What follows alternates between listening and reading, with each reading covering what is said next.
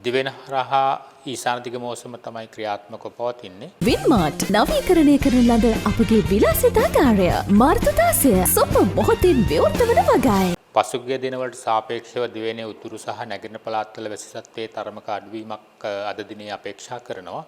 කෙසේ නමුත් දිවෙනේ උතුරු මැද නැගෙනහිර සහ ඌව පළාත්වලත් ඒ වගේම මධ්‍යම කඳුකරේ නැගෙනහිර ප්‍රදේශ ආශ්‍රිතව වැසි වාර කීපයක් ඇති වෙන්න පුළුවන්.